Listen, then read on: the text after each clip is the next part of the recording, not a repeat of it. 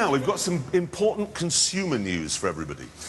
When you go into a car showroom now, the salesman will try to sell you lots of electronic bits and bobs for your car. Here's our top gear, top tip.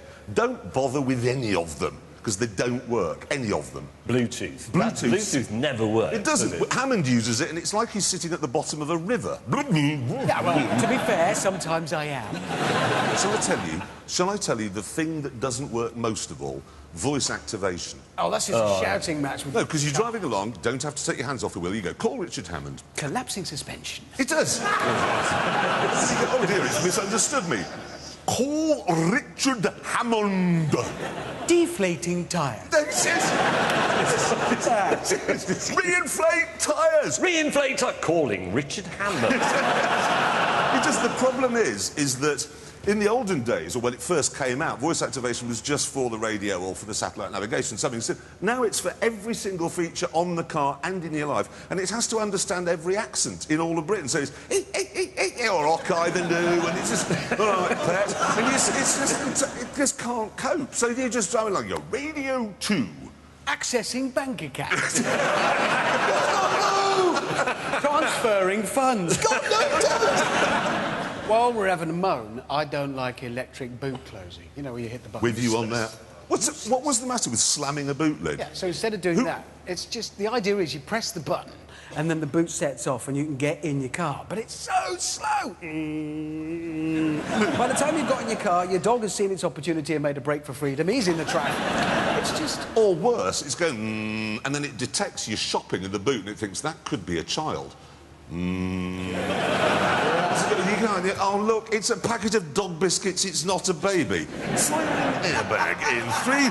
Don't fire the airbag!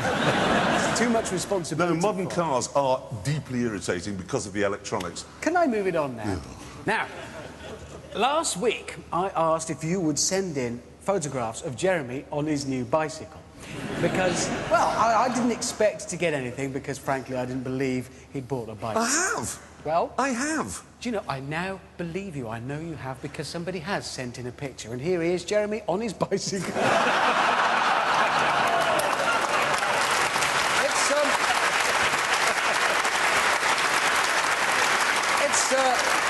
It's working. You are losing weight. You're trimming down. That's not my bike. I haven't got stabilisers. Otherwise, it's pretty accurate. Hey, I've got some serious news. A lot of cars these days have got a sport button on them, OK? And the idea is you push it and it makes everything more taut and more racy, OK? But I've long harboured a suspicion that it doesn't actually make the car go any faster. So last week we did a test. I got a new Golf GTI down here, which incidentally is a brilliant, brilliant car. Really good. It's properly good. Anyway, got the Stig, put him in normal mode, sent him around the track, and he did a 129.6, OK?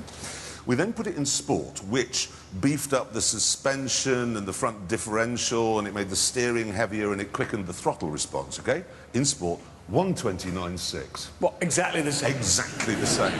We then put it in comfort mode, makes everything soft and gooey. 129.5. Faster. Faster. That is confirmation that the sport button just makes the car more uncomfortable. Yeah, it shouldn't say sport, it should just say worse. Oh. Now, there's a new supercar. It's called the Icona Volcano. Here it is. Look, Jeremy, did you do that publicity photo? That's what I call a publicity shot. I love that very much. Not sure about the car, though. They say it has a V12 hybrid, but they won't tell us where the V12's from or how the hybrid system works.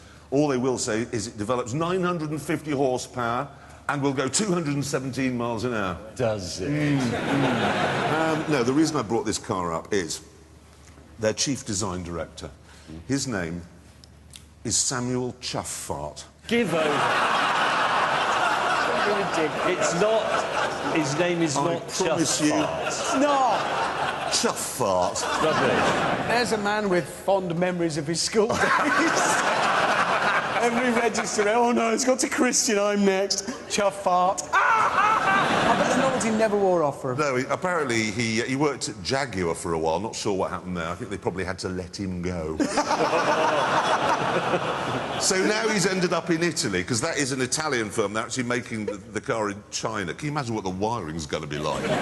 Chuff fart in Italian probably means hat penis anyway, or something like that. We actually asked our researchers to call up this company and say, can you tell us more about the car? And not one of them could get through the beginning bit of the phone call without bursting.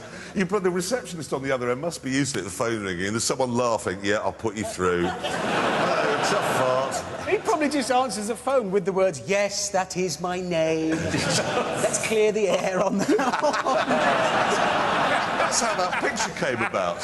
Someone lit a match just after Chuff fart.